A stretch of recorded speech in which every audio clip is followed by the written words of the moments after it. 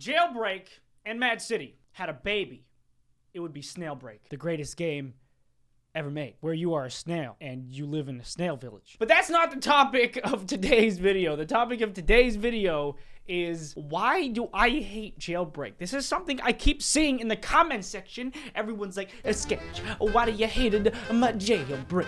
We used to play Jailbreak all the time with the pepperoni pizzas. You remember, Skek? Come on. And look, guys, you know I'm a funny guy. I like to make jokes a lot. Sometimes my jokes don't come off as always jokes, but you should know that they are. But even though I have been making jokes, I know I've been super hard on Jailbreak, but I want you guys to know that there's a reason for that. The truth is, I don't hate Jailbreak, but I do hate what Jailbreak has promoted in the past. Things they've added to the game that kind of killed it for me, personally, as a player. The lack of updates, the way that being a cop is still pretty lame and it's super overpowered, the absolutely absurd overpriced microtransactions, this kind of speaks for itself. This is a game where plenty of vehicles cost over $1 million to purchase with in-game money, and $100,000 is well over 4,000 Robux. It's stuff like this that I really just can't look past. And this.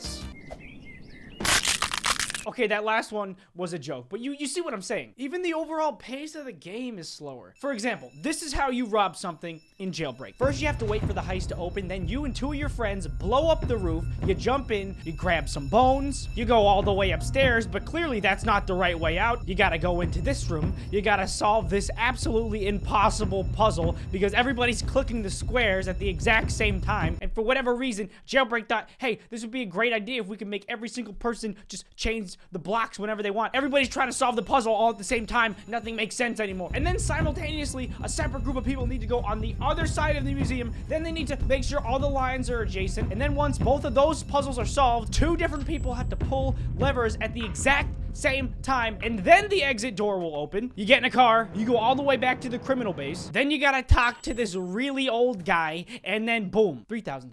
And then you look over at Mad City, boom, baby, we're still going. We still going. Ooh, ooh, get that money. Ooh, 7,000? Is that the cap? No. Oh, get that. Ooh, 9? Do I hit 10? Do I hit 10?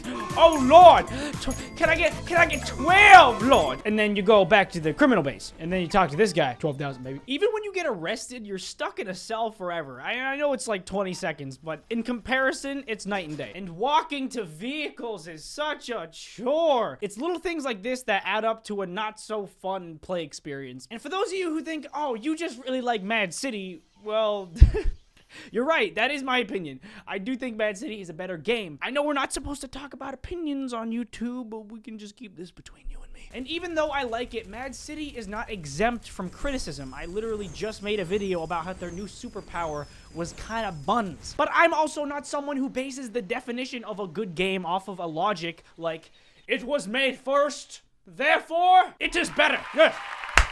Yes. Yes. Mad City is not a perfect game by any means. Neither of these games are perfect. But I find that as a platform for doing fun, interesting things on Roblox, Mad City gets the job done pretty well and gives me more to work with and express myself with than Jailbreak. Which is why I've been playing it so dang much. I'm still saving up for that DeLorean, baby. Ooh! Or the Thunderbird, whatever they call it in the game. You know what that card is. Hello? Marty? Doc? Hello? Where's the time travel train, Mad City? Jailbreak already got that on you. Since we've been over microtransactions in Jailbreak, I thought it would only be fair to go over how much the most expensive vehicle in Mad City costs. Mad City is a lot more laid back when it comes to microtransactions, and that's really only because Mad City hasn't been out for that long. I grinded for about 2 million of the in-game currency, which if you play the game religiously like I've been doing, it'll really only take you a day to get $1 million, so playing the game for 5 days straight seems like a long time, but in the grand scheme of things, it's still very doable in comparison to Jailbreak. But I can't give Mad City a free pass on this one. This car is really, really expensive. I grinded for $2 million this game, and then I bought the other 3 million, but that did cost me $100 US.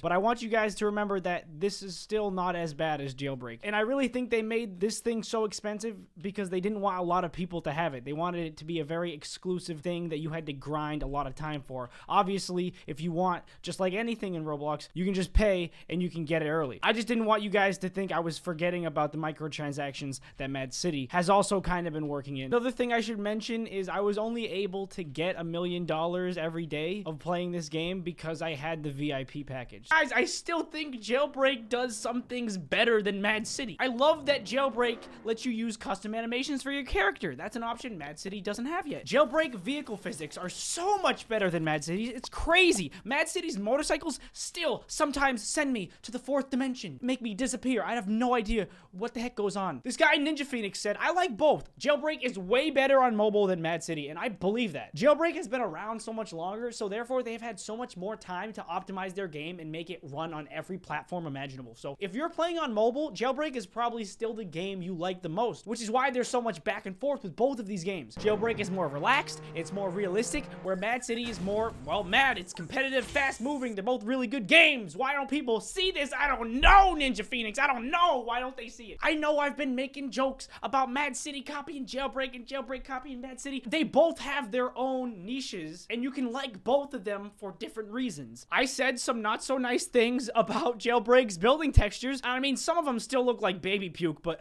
a lot of them are really nice, especially at nighttime. And another thing, the day and night cycles are really great. They transition so nice compared to Mad City's abrupt, even though I like it. I think it's kind of funny.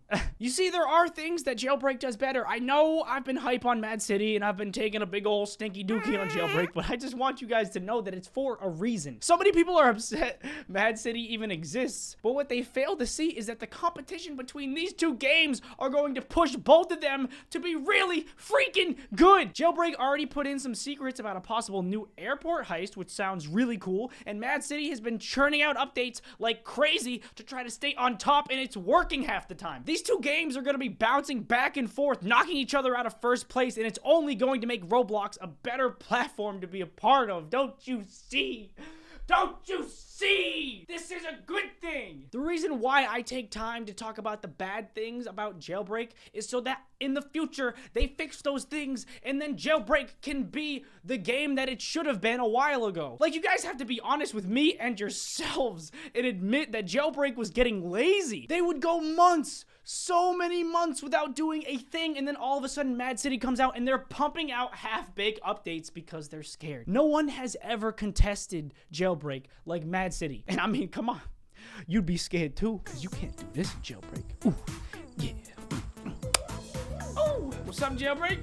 Can't do this. How? Can't do this, Jailbreak. Oh, ooh, see that? Yeah. Oh, yeah. Yeah. Oh, Jailbreak.